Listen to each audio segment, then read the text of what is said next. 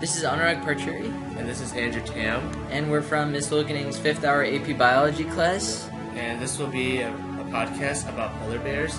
The title of this podcast will be From Fertilization to Big, Fluffy, Cute White Bears on the Sea Ice. So the topics we'll be discussing today are reproduction, development, and hibernation behaviors, and we're going to start off with reproduction. Thank you. Usually in reproduction, polar bears seem to meet up at good hunting areas near the summer months, April and May. Breeding usually happens from March to June on sea ice. This is usually right after they hibernate during the winter and want to find new friends, just like we do after a very long summer break, which is coming up in 2 days. But as you can see from the picture, the polar bears are chasing the seals to try and find a good place to meet up during the summer months. So once the male finds the female, he usually tends to follow the female tracks and travel with the female. Scientists are actually still uncertain as to what signals males use to track down females in order to breed. Perhaps female polar bears are just bad at hide and seek. But as showcased in the picture, there's a male polar bear looking at tracks, probably trying to find where the female polar bear is so he can get to breeding. So from statistics, we can tell that there are about 3 males to every adult female. And so this could tell us that there's going to be a lot of competition among the male polar bears when they try to breed. Oftentimes, many of the male polar bears will accompany a single female, so then they'll have to fight with each other to find out who's the strongest, so that the female will know who was the best candidate to mate with. And these are usually not really fatal. They usually result in a few scratches or bruises, and it's to showcase a single bear's superiority over the other bears. So it could just be like bear wrestling when you try to find who's the strongest and to brag about it.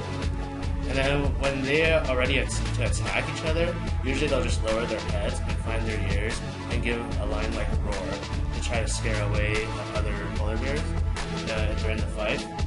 Males that are usually strong and win most of these fights are going to mate with multiple females in just one season.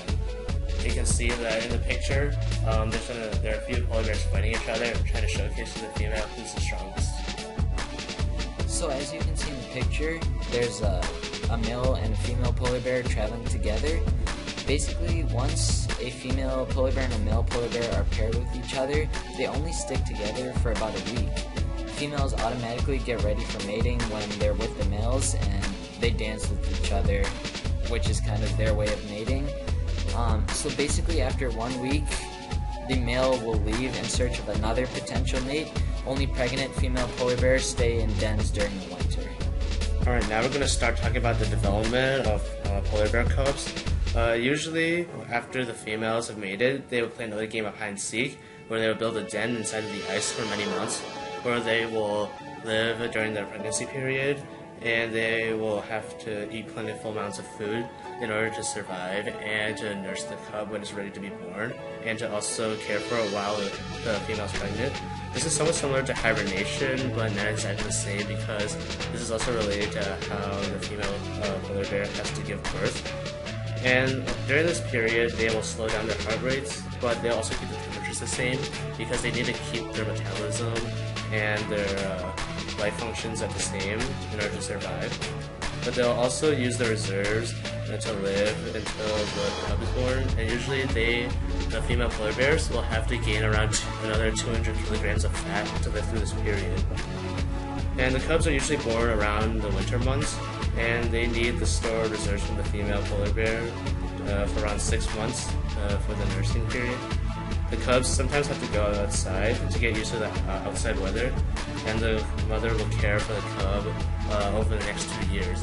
Usually the mother will protect the cub, feed the cub, and nurse it, and try to help it survive and learn the skills to survive. But then after 2 years, the family will separate, because the female polar bear will try to find another mate to have another cub, and that usually happens once every 3 years. So now we'll be moving on to our final topic of the podcast, which is hibernation behaviors of polar bears. Polar bears store body fat when food is plentiful. When there's a great demand for food, they live off their stored body fat.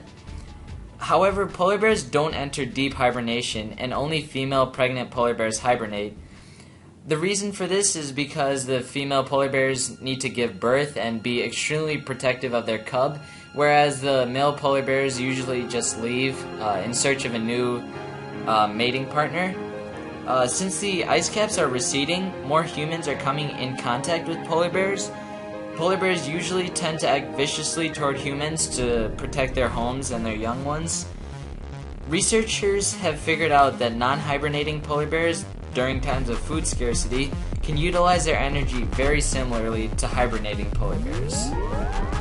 During hibernation, a female's heart rate would drop from the normal 46 beats per minute to a low 27 beats per minute.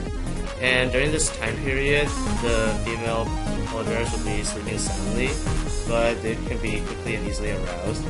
And they also have to drop their body temperature in order to get into the state of deep hibernation, but not too low, or their life could be at risk because their metabolism rate is too low. And the polar bear subadults and females with cubs will attack often in order to protect the family and to defend against any predators. And they're also chief scavengers in human dump sites. Polar bears can change their metabolism rates depending on the level of food supply, so that they can live accordingly. Interestingly, polar bears can only hibernate in September and October, and that is only after they have feasted heavily, because they must use their reserved body fats in order to live through this period. And the most constant social interaction that occurs between the mother and the cubs is the nursing, because during this time is usually when the male will give birth to a cub and nurse it, and they're very attentive, caring, and they always would attend to their cubs when needed. So that is our podcast about polar bears, and I hope that you guys enjoyed it and hope that this was useful.